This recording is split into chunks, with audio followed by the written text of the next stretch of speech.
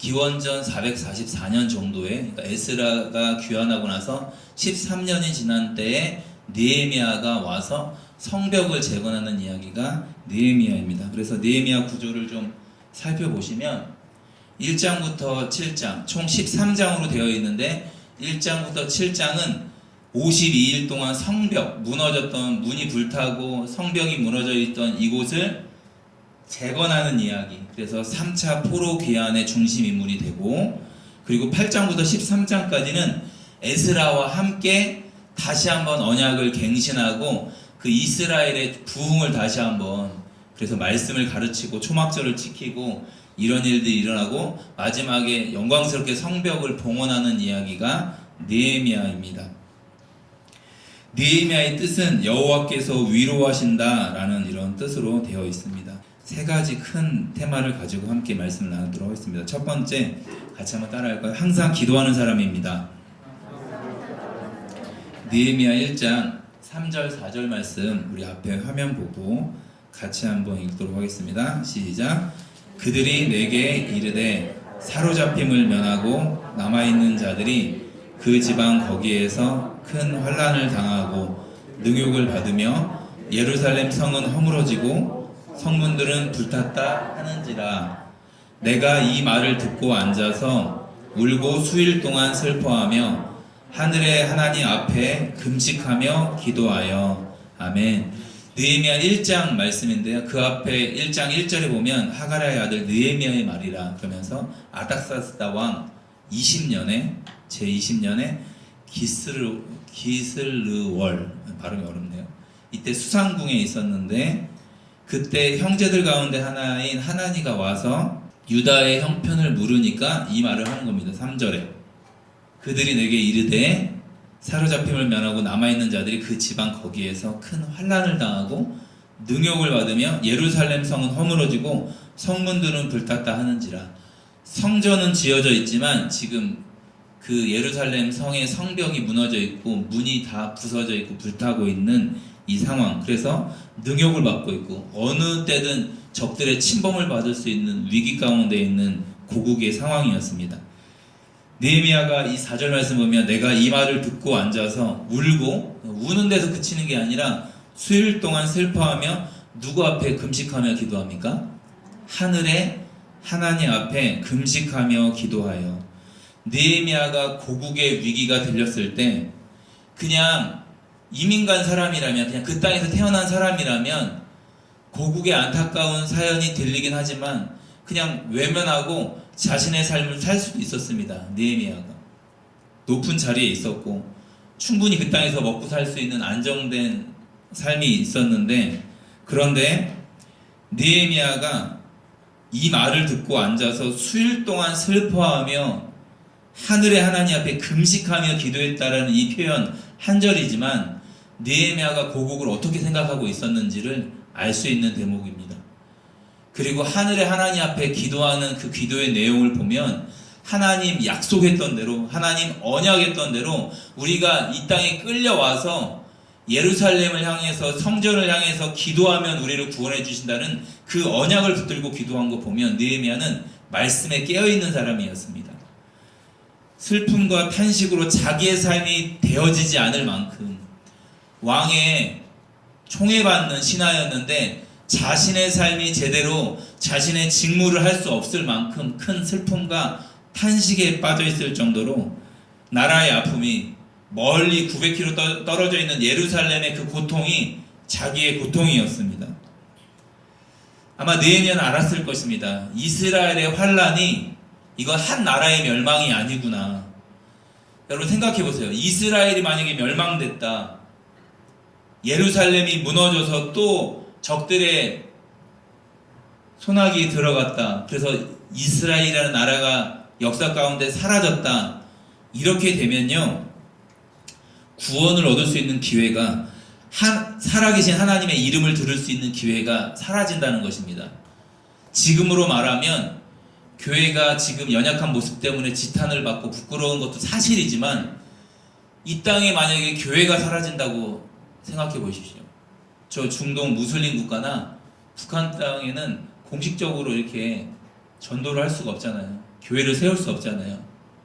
눈에 보이게 건물을 짓거나 교회를 시작할 수 없습니다. 그건 어떤 말입니까? 드러내놓고 예수님을 전할 수 없는 사회 상황이라는 것입니다. 만약에 저희 나라에도 대한민국에도 공식적으로 교회를 세우지 못한다. 그러면 복음을 전할 수 있는 통로, 사람들이 죄악 가운데 빠져있는 사람들이 아까 집사님 기도했던 것처럼 정말로 이 구원의 문제에 어떻게 해야 될지 몰라 그냥 물질에 그냥 이 땅의 성공에 살아가는 사람들이 어떤 게 참된 진리인지 어떤 게 구원의 길인지를 전혀 모르는 사람들에게 복음을 전할 수 있는 통로가, 유일한 통로가 교회 외에는 없습니다. 그러니까 교회가 단순히 무너진다, 교회가 타락한다, 이게 우리에게는 어떻게 보면 굉장히 깊은 아픔과 고통의 일이라는 것입니다. 복음을 전할 수 있는 유일한 통로가 사라진다는 것입니다. 여러분, 그런 마찬가지로 우리가 무너져 간다는 건 어떤 것입니까? 우리를 통해서 주변에 예수님의 복음을 들어야 될 사람들이 만약에 우리의 연약함이나 우리가 하나님과의 관계에서 우리가 무너진다면 그들이 적어도 나를 통해서 복음을 들어야 될 사람들이 복음을 듣지 못하는 경우가 생기는 것입니다. 여러분, 그래서 나는 단순히 내가 무너지는 게 아니라 내 주변에 있는 가족과 내 사랑하는 남편 혹은 아내 혹은 자녀들에게 혹은 부모님들에게 복음을 전할 수 있는 유일한 통로인 내가 무너진다, 내가 하나님을 떠난다, 이건 단순한 문제가 아니라 내 주변에 복음을 들어야 될 많은 사람들에게 하나님을 들을 수 있는 기회를 주지 못한다는 안타까운 이야기와 똑같은 이야기입니다. 느헤미야 2장 1절에서 4절 말씀입니다. 아닥사스다 왕 제20년 니산월에 왕 앞에 포도주가 있기로 내가 그 포도주를 왕에게 드렸는데 이전에는 내가 왕 앞에서 수심이 없었더니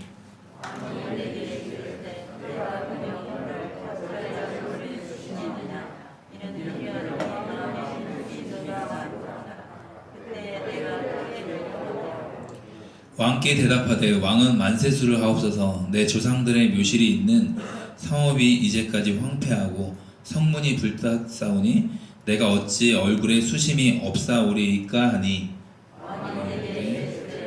되면 내가 무엇을 원하느냐 하시기로 내가 곧 하늘의 하나님께 묵도하고. 아멘. 아까 1장에서는 기슬루월이었는데 지금은 니산월입니다. 이제 해가 시작되는 니산월에 다시 돌아와서 이제 수상궁은 굉장히 중요한 이 궁이기 때문에 첫 해를 시작할 때 다시 돌아오셨다, 뭐 이렇게 이야기하고 있는데요.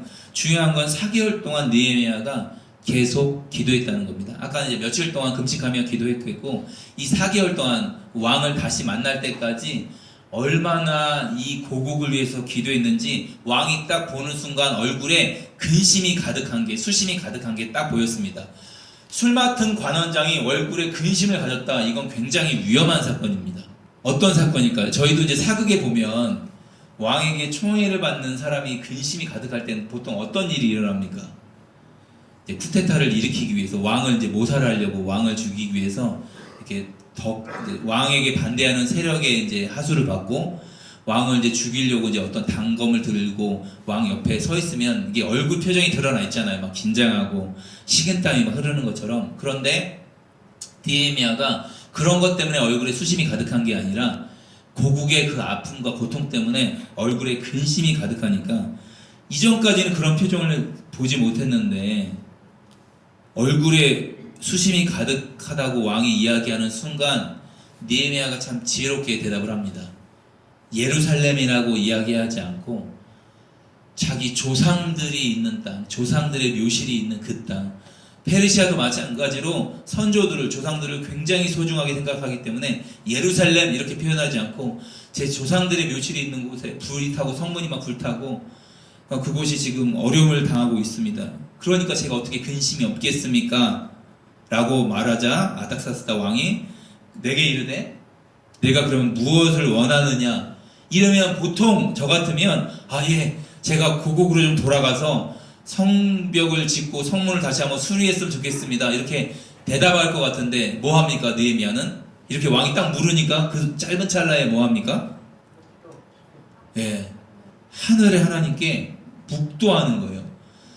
그 대제국의 왕이 너 무엇을 원하느냐? 그러면 그 왕 앞에 대답을 해야 될 텐데 이 술 맡은 관원장이 하늘의 하나님께 잠깐 묵도를 합니다. 야, 이 모습을 보면서 느헤미야는 정말로 기도하는 사람이었구나. 그리고 뭘 구해야 할지 아마 4개월 동안 기도하면서 다 마음에 정리가 되어 있었을 거예요. 그 이후에 말하는 거 보면 딱 알고 있습니다. 그 나무도 구하고 갈 때 조소도 써주십시오. 그리고 그 호위병들을 좀 붙여주십시오. 이렇게 구체적으로 계획이 다 있었습니다. 제가 이제 왕에게 입을 열어 말을 해야 합니다. 하나님, 저의 입술을 지켜주십시오. 그리고 제 마음에 담대한 마음을 주십시오. 저희가 이제 추측해 보는 거죠. 짧은 시간 묵도를 하고 그리고 왕에게 필요한 건축 자재들과 안전하게 갈 수 있는 방법을 요구했습니다. 그리고 왕이 허락을 해주시는데 왕이 허락을 해주지만 그 느헤미야를 읽어보면 하나님의 선한 도우심으로 말미암아 이 일이 이루어졌다고 고백하고 있습니다. 여러분, 항상 기도하는 사람이었습니다. 여러분, 찰나에 기도할 수 있습니다. 가정에서 자녀 때문에 특별히 이제 중학생, 고등학생 남자아이를 둔 어머니들은 정말 힘들 것 같아요. 초등학생, 고학년뿐만 아니라 또 마찬가지죠. 자녀를 키운다는 게 쉬운 일은 아닌데, 그리고 이 부부 안에서도 찰나에, 사실은 욱하는 게 굉장히 찰나 아닙니까? 순간적으로 이 화를 참지 못하는, 그런데 그 순간에 하늘의 하나님을 기억하고 짧은 시간 묵도할 수 있다라면 그때 하나님이 우리의 마음을 지켜주지 않겠습니까? 말이 그냥 확 나가고 싶고 내 마음은 막 쏟아붓고 싶을 때 그 짧은 순간에 하늘의 하나님께 묵도할 수 있는, 혹은 우리가 사업을 하거나 우리가 직장 생활하면서 정말 말도 안 되는 억울한 일을 당했을 때 화가 나죠. 바로 쏟아붓고 싶지만 하늘의 하나님께 느헤미야처럼 기도할 수 있는 그런 우리 각자가 되었으면 좋겠습니다. 할렐루야. 두 번째 같이 한번 따라하겠습니다. 특별함을 넘어 함께 했습니다. 느헤미야 2장 16절에서 18절 말씀입니다. 구약 728페이지입니다. 느헤미야는 정말 특별한 사람이었고 왕의 총애를 받는 술 맡은 관원장, 지금으로 말하면 거의 청와대 비서실장 같은 존재 아닙니까? 이런 존재인데 특별한 사람인데 예루살렘에 와서 이제 왕에게 허락받고 그 험한 길을 하나님의 선한 도우심으로 도착을 했고, 그리고 아무에게도 알리지 않고, 사실은 저희 같은 사람이라면 예루살렘에 도착하고 나서 나 페르시아의 술 맡은 관원장 느헤미야다, 그리고 고국의 아픔을 위해서 왔으니까 그 고관들과 방백들 그리고 이 예루살렘의 장로님들 다 모아라, 내가 좀 회의를 진행하고 싶다, 이렇게 할 텐데 3일 동안 정찰을 나갑니다. 아무도 모르게 수행원 몇 사람만 데리고 예루살렘 성이 실제로 어떻게 무너져 있는지 밤에 몰래 나가서 3일 동안 다 정탐을 하고 그 상황들을 정확하게 자기 눈으로 보고 나서 이제 방백들과 고관들을 만나게 되어 있습니다. 그 만나는 장면이 2장 16절에서 18절 말씀입니다. 제가 한 절씩 읽어드리겠습니다. 방백들은 내가 어디 갔었으며, 그러니까 어디 갔는지 모르는 거예요. 어디 갔었으며 무엇을 하였는지 알지 못하였고 나도 그 일을 유다 사람들에게나 제사장들에게나 귀족들에게나 방백들에게나 그 외에 일하는 자들에게 알리지 아니하다가 후에 그들에게 이르기를 우리가 당한 공경은 너희도 보고 있는 바라. 예루살렘이 황폐하고 성문이 불탔으니 자 예루살렘 성을 건축하여 다시 수치를 당하지 말자 하고, 또 그들에게 하나님의 선한 손이 나를 도우신 일과 왕이 내게 이른 말씀을 전하였더니 그들의 말이 일어나 건축하자 하고 모두 힘을 내어 이 선한 일을 하려 하매. 느헤미야 2장 16절에서 18절 말씀을 보면 방백들에게 알리지 않고 제사장들과 이 귀족들에게 알리지 아니하다가 3일 동안 정찰을 다 끝내고 다 상황을 파악하고 난 후에 17절에 이렇게 이야기합니다. 이 공경은 예루살렘이 황폐하고 성문이 불탔고 이 공경은 너희도 보고 있고 나도 다 보았다. 자, 우리가 예루살렘 성을 건축하여 다시 수치를 당하지 말자 하고 라고 느헤미야가 먼저 이야기를 합니다. 사실은 예루살렘 성을 건축해야 된다는 건 귀족들이나 제사장들이나 방백들도 다 알고 있는, 일반 백성들도 다 알고 있는 사실이었습니다. 여러분, 한국교회 무너져서 다시 회복해야 된다는 거 모르는 사람이 어디 있습니까?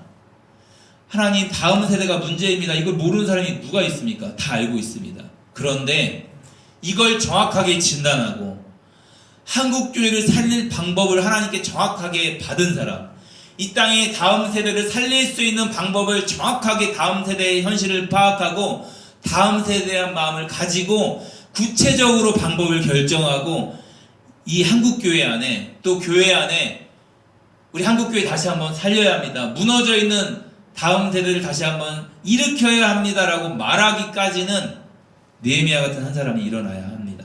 정확하게 진단을 하고, 그리고 하나님이 나를 도우셨다, 그리고 하나님이 나를 이끌어 오셨다 라고 이야기할 수 있는 느헤미야 같은 증인이 교회 안에, 지금 대한민국 교회 안에, 또 워널드 교회 안에 이런 느헤미야가 필요한 것입니다. 할렐루야. 그리고 그렇게 이야기하면서 18절에 같이 한번 읽어보겠습니다. 18절 시작. 또 그들에게 하나님의 선한 손이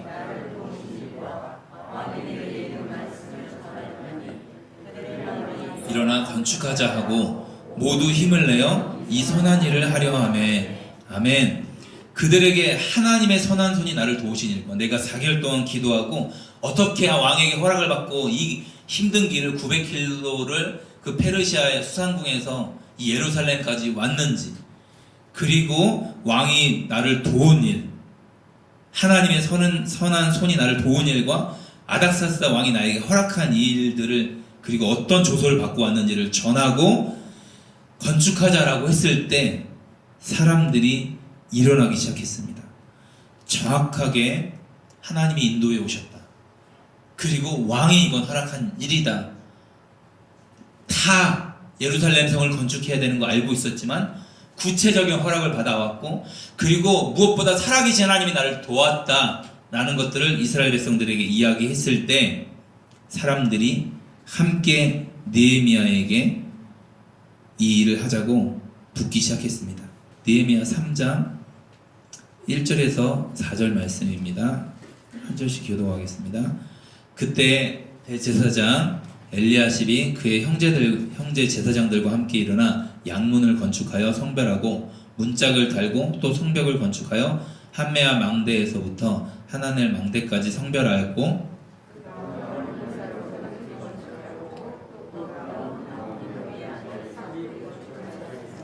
어무는 하스나의 자손들이 건축하여 그 들보를 얹고 문짝을 달고 자물쇠와 빗장을 갖추었고, 아들 무레못이 중수하였고, 그 다음은 세사벨의 손자 베레가의 아들 무슬람이 중수하였고, 그 다음은 바하나의 아들 사독이 중수하였고. 아멘. 1절 말씀 보면 느헤미야가 일어나 성을 건축하여 성벽을 건축하여 다시는 수치를 당하지 말자라고 하나님의 선한 선과 왕이 나를 도왔다, 허락했다 라고 이야기했을 그때에 대제사장 엘리야십이 그의 형제 제사장들과 함께 일어나 먼저 양문을 건축하는 거예요. 그 양을, 예루살렘 성의 양을 제사 드리기 위해서 이제 양을 통과하는 그 양문을 건축하고 성별하고 문짝을 달고 또 성벽을 건축하여 이 한메아 망대로부터 하나넬 망대까지 성별하였을 때에 그 다음에 여리고 사람들이 건축하고, 그 다음은 이런 표현들이 나옵니다. 느헤미야의 말을 듣고 누가 먼저 일어나냐면 대제사장과 제사장들이 일어나서 건축을 시작하고 성별하기 시작합니다. 그러자 백성들이 그 다음에 여리고 사람들, 그 다음에 누가 일어나서 건축하며 성벽을 지어가게 되었습니다. 3장에는요 이런 표현들이 많이 나옵니다. 3장 전체에 보면 자기 집에서 가까운 부분을 중수하였고, 집에서부터 성 구비를 지나 성 모퉁이에 이르렀고, 자기의 방과 마주대한 부분을 중수하였고, 제사장들이 각각 자기 집과 마주대한 부분을 중수하였고, 자기 집과 마주대한 부분을 중수하였고, 전체가 다 자기 집을 중수한 건 아니지만 많은 사람들이 자기 집 맞은편의 성벽을 재건하기 시작했습니다. 자기 집과 가까운 곳의 성벽을 중수하기 시작했습니다. 자기 집에서 가까운 부분을 고치고 새로 짓기 시작했습니다. 그런데 더 중요한 단어가 나옵니다. 3장에 가장 많이 나오는 단어가 어떤 단어일까요? 3장을 전체 눈으로 쭉 보시면 어떤 단어일까요? 그 다음은 이라는 표현입니다. 그 다음은 누가 중수하였고, 그 다음은 누가 중수하였고. 제가 설교를 준비하면서 세어보니까요, 31번이 나오더라고요. 그 다음은 이런 표현이 31번 나옵니다. 많은 사람들이 함께 이 일에 동참하게 되었다는 것입니다. 느헤미야 3장 5절 말씀, 구약 729페이지인데 우리 함께 한 목소리로 한번 읽어보겠습니다. 시작. 그 다음은 드고아 사람들이 중수하였으나 그 귀족들은 그들의 주인들의 공사를 분담하지 아니하였으며. 아멘. 그 다음은 드고아 사람들이 중수하였으나, 그리고 그 귀족들은 그들의 주인들의 공사를 분담하지 아니하였으며. 3장 전체를 살펴봐도 누가 공사를 분담하지 않았다는 표현은 나오지 않습니다. 드고아 사람들, 그러니까 아모스 선지자의 고향이거든요. 예루살렘으로부터 한 남동쪽으로 16km 떨어져 있는 드고아 지방인데, 여기에 이제 우리가 알고 있는 출신은 아모스 선지자가, 드고아 출신 아모스 선지자가 활동했던 드고아 지역인데요. 드고아 사람들, 주석에 보면 평민들은 이 공사에 참여했거든요.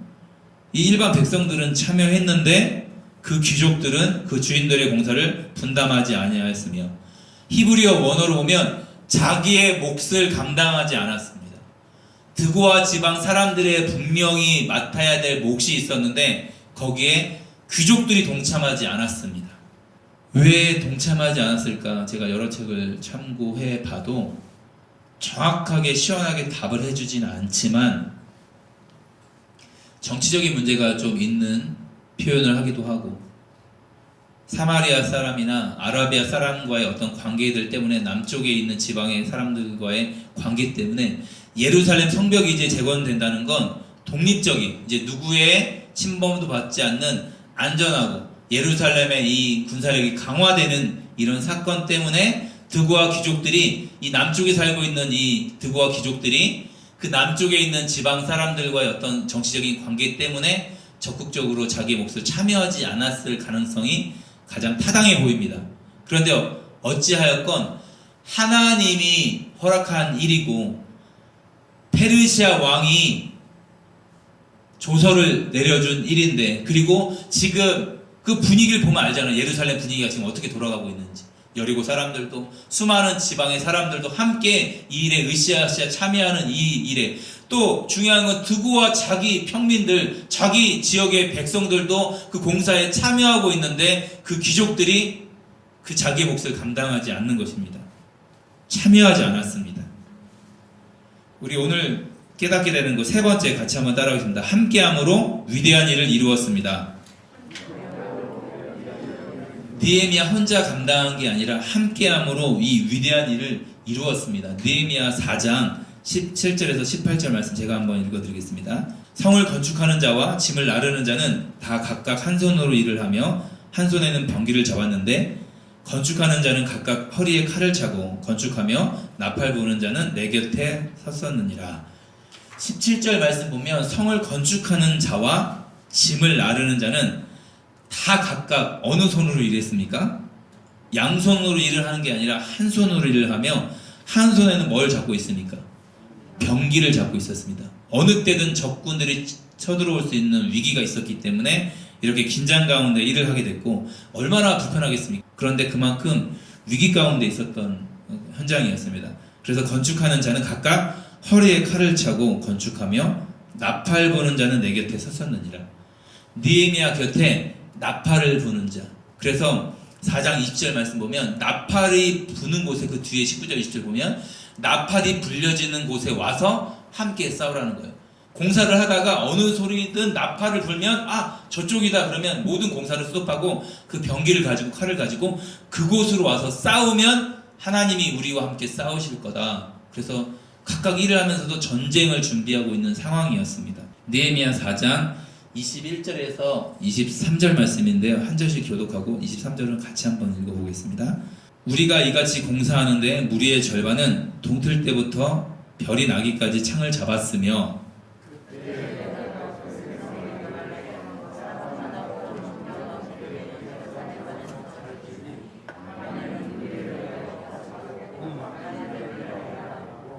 나나 내 형제들이나 종자들이나 나를 따라 파수하는 사람들이나 우리가 다 우리의 옷을 벗지 아니하였으며 물을 기르러 갈 때에도 각각 병기를 잡았느니라. 아멘.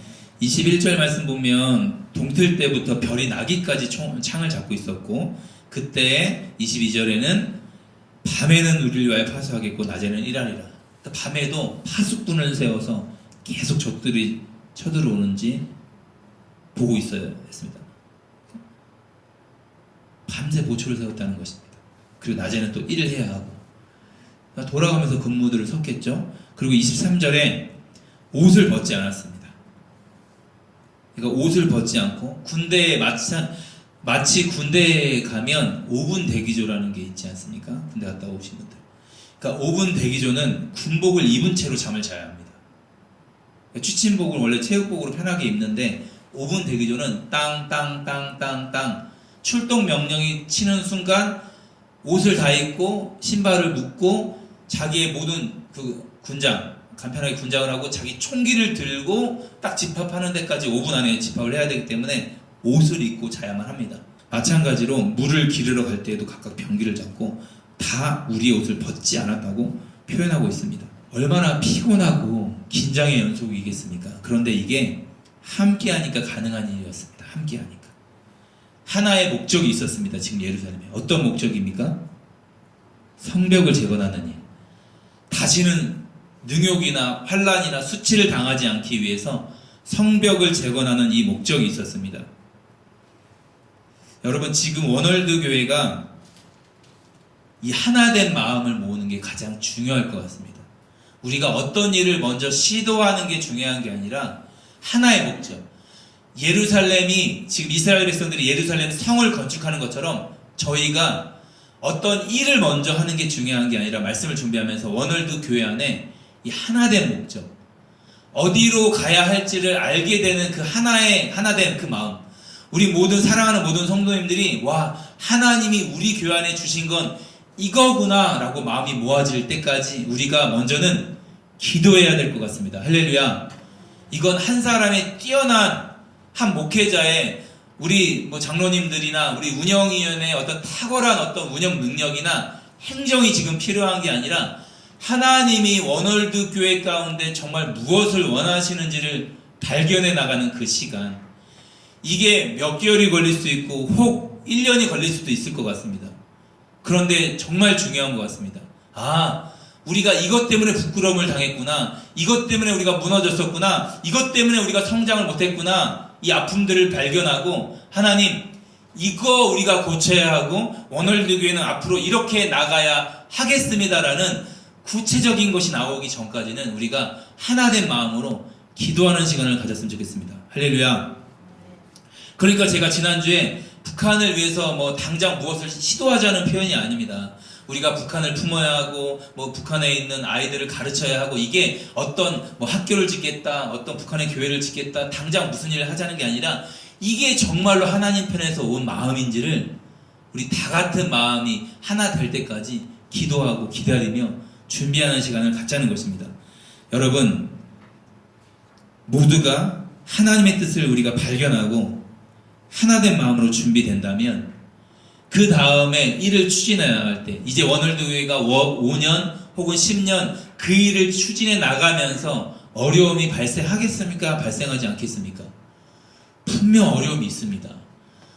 우리가 품었던 이 교회를 세웠던 그 비전, 다문화와 북한 이탈 주민을 위한 이제 구체적인 어떤 일들을 진행해 나갈 때 우리가 희생을 해야 되고 또 섬겨야 되고, 우리가 아픔을, 진짜 가슴이 메어지는 아픔을 정말 간쓸게 다 빼어주고 섬겼는데 정말로 돌아오는 건 허무함밖에 남지 않는 순간이 오더라도 우리가 이 비전이 정확해지고 구체적이 되어지면, 아, 워널드 교회는 이거에 목숨 걸어야겠구나, 이 일에 우리가 헌신해야겠구나 라고 하면 아무리 힘든 어려움이 와도 자녀를 양육하면서 우리 장로님들, 권사님들 그 자녀 어릴 때 키우면서 얼마나 애타는 순간이 많았겠습니까? 그 두세 아이들이 열이 펄펄 올랐을 때, 그 예전에 응급실도 잘 안 돼 있었을 때 어떻게 그 자녀들 양육하셨는지, 그 얼마나 애절했을지, 그 자녀들이 아플 때 우리가 뭘 할 수 있는 게 아무것도 없잖아요. 그냥 너무 안타깝고 뭐 특히 그 열이 막 39도 막 40도 올라가면 그냥 마음은 너무 안타까운데, 그런데 포기하진 않잖아요. 자녀를 양육할 때 마치 원월드 교회가 하나님이 주신 마음으로 하나가 되면 우리에게 허락된 다음 세대를 우리가 양육할 때 얼마나 아픈 마음들이 많겠습니까? 아픈 손가락이 얼마나 많겠습니까? 도대체 깨닫지 않고 또 돌아오지 않고 또 하나님의 마음을 모르고 엇나가는 아이들 보면서 얼마나 애가 끓고 또 기도하고 섬기고 헌신을 해야 될 일들이 많지 않겠습니까? 그런데 하나님의 마음을 우리 교회가 품게 되면, 우리 마음이 하나로 모아지면, 아, 이거 하나님이 허락하신 일이구나, 이거 우리 교회를 설립한 목적이 반드시 이거구나 라고 우리 마음이 하나로 모아지면, 아무리 어려운 상황이 닥쳐와도, 아무리 고통스러운 순간이 와도 이 창을 잡고 밤에 파수하고 이 어렵고 피곤하고 잠을 못 자고 이렇게 이스라엘 백성들이 고통 가운데 해도 함께하니까, 그리고 분명한 성벽을 재건하는 목적이 있으니까 이 위대한 일을 52일 만에 이룰 수 있었습니다. 우리 원월드 교회도 그렇게 한 사람 한 사람 여러분의 맡은 자리에서 수고하고 섬기는 그 일이 하나의 목적으로 달려가기만 한다면, 하나의 비전을 정확하게 우리가 구체적으로 품고 그 일을 이제 하나님이 주신 일로 허락을 받고 이제 우리가 결정하고 그 일에 나아간다면 어떤 어려움도 우리가 함께 헤쳐나갈 수 있고 함께 위대한 사역을 이룰 수 있습니다. 한번 읽어보겠습니다. 느헤미야 6장 15절 16절 말씀입니다. 시작. 성벽 역사가 52일 만에 엘룰월 25일에 끝남에 우리의 모든 대적과 주위에 있는 이방 족속들이 이를 듣고 다 두려워하여 크게 낙담하였으니 그들이 우리 하나님께서 이 역사를 이루신 것을 알미니라. 아멘.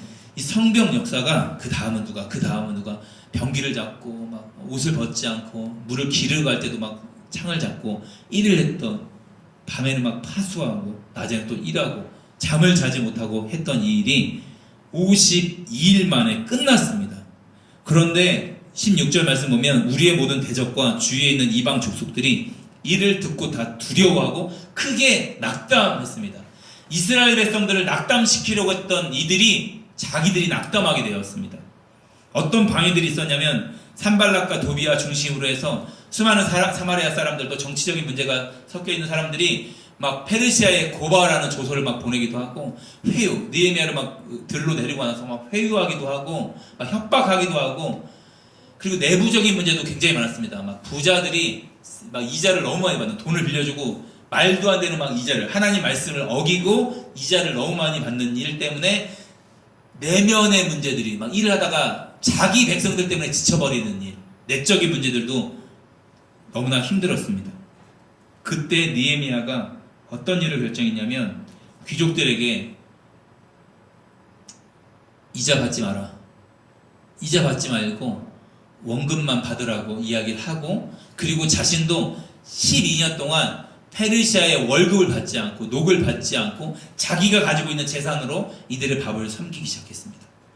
느헤미야가 자기가 먼저 솔선수범하면서 자기의 것을 희생하면서 이 성벽 역사를 위해서 자신의 재산을 오히려 쓰는 사람이었습니다. 여러분, 그 전에 13년 전에 에스라가 와서 이 땅을 다시 한번 종교적으로 영적으로 재건하지 않았습니까? 그런데 에스라의 탁월함으로도, 이 에스라의 특별함으로도 성벽을 재건할 수는 없었습니다.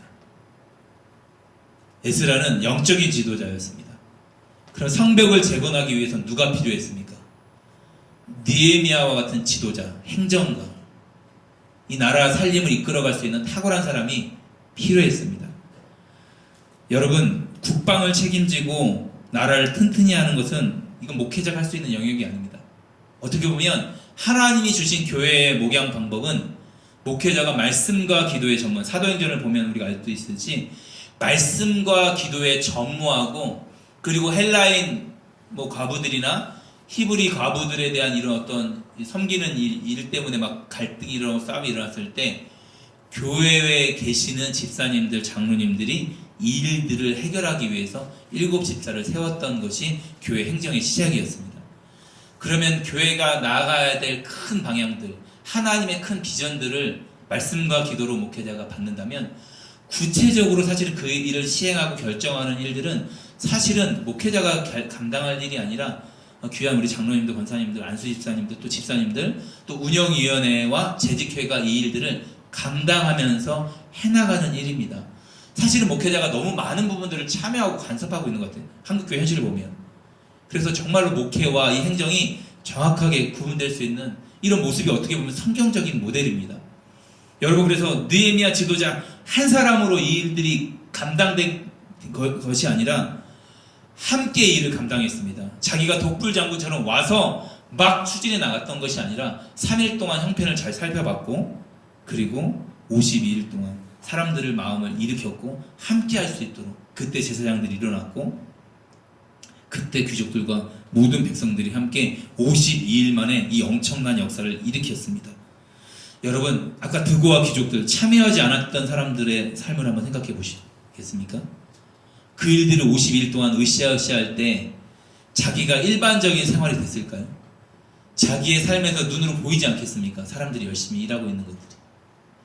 그리고 너무 안타까운 거, 성벽이 봉헌됐을 때, 예루살렘 성이 축제 도가니가 됐을 때 축제 현장에서 드고와 귀족들은 얼마나 마음 한켠이 쓸쓸했겠습니까? 참여하지 않는다면. 여러분, 성벽을 쌓는 일, 지금 오늘을 살아가는 우리에게 어떤 의미가 있을지 우리 신약성경 에베소서 말씀을 같이 한번 보겠습니다. 에베소서 2장 20절에서 22절인데요. 제가 한번 읽어드리겠습니다. 너희는 사도들과 선지자들의 터 위에 세우심을 입은 자라. 그리스도 예수께서 친히 모퉁이 돌이 되셨느니라. 그의 안에서 건물마다 서로 연결하여 주 안에서 성전이 되어가고, 너희도 성령 안에서 하나님이 거하실 처소가 되기 위하여 그리스도 예수 안에서 함께 지어져 가느니라. 아멘. 같이 한번 여기만 따라가겠습니다.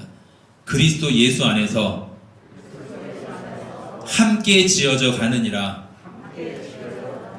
할렐루야. 예수님이 모퉁이 돌이 되셔서 그 예수님 안에서 서로 연결하여 주 안에서 성전이 되어 가는데, 23절에 너희도 성령 안에서 하나님이 거하실 처소가 되기 위해서, 여러분 각자 한 분 한 분이 하나님이 거하실 거룩한 성전이 처소가 되기 위하여서 혼자 지어져 가는 게 아니라 그리스도 예수 안에서 함께 지어져 가느니라. 할렐루야. 그리스도 예수 안에서 원월드 교회가 함께 지어져 가기를 주님의 이름으로 축복합니다. 여러분, 모퉁이 돌이 되시는 그 예수님 안에서, 바로 십자가의 그 복음으로 말미암아 예수님이 십자가의 구원을 완성하셨고 죽으시고 부활하심으로 말미암아 이 모든 죄의 문제를 해결하셨고, 그 복음으로 말미암아 함께 지어져가는 우리 교회가 되었으면 좋겠습니다. 다른 목적이 아니라 이 땅에서 이렇게 함께 지어져가는 원월드 교회가 되었으면 좋겠습니다. 그래서 하나님 나라의 가치대로 교회가 또 우리 각자가 하나님이 거할 수 있는 처소가 되기 위해서 함께 지어져 갔으면 좋겠습니다. 나만 세워지는 것 아니라, 나만 느헤미야 역할을 감당하는 것이 아니라, 어떤 사람들은 문짝을 달아야 되고, 어떤 사람들은 성벽을 세워야 되고, 어떤 사람들은 자물쇠를 준비해야 되고, 각자 영역에서 함께 지어져 갔으면 좋겠습니다. 원월드 교회가 특별하게 세워졌습니다. 그런데 특별함을 넘어서서 함께 가야 합니다. 느헤미야 한 사람으로, 한 사람의 대단한 능력으로 해낼 수 있는 것이 아닙니다. 느헤미야가 50일 동안 혼자 어떻게 성벽을 짓겠습니까? 말도 안 됩니다. 모두가 참여했기 때문에 이 일이 가능했습니다. 원월드 교회 먼저는 함께 기도하는 교회가 되었으면 좋겠습니다. 그리고 모두가 함께 드고와 귀족들처럼 자기의 몫을 감당하지 않는 것 아니라 함께 자기의 부분을 감당했으면 좋겠습니다. 자기 집 앞에 자기의 분량만큼 함께 지어져 갔던 것처럼 교회에 필요한 사역들이 너무나 많이 있습니다. 한 사람이 다 할 수 없습니다. 대단한 한 사람의 능력으로 하는 게 아니라 자기의 맡겨진 분량대로 자기의 역할에 순종하는 것입니다. 할렐루야. 이제 특별함을 넘어 원월드 교회가 함께함으로 나아갔으면 좋겠습니다. 내가 순종할 영역이 있다면 그렇게 감당하는 여러분 한 사람 한 사람 되기를 주님의 이름으로 축원합니다.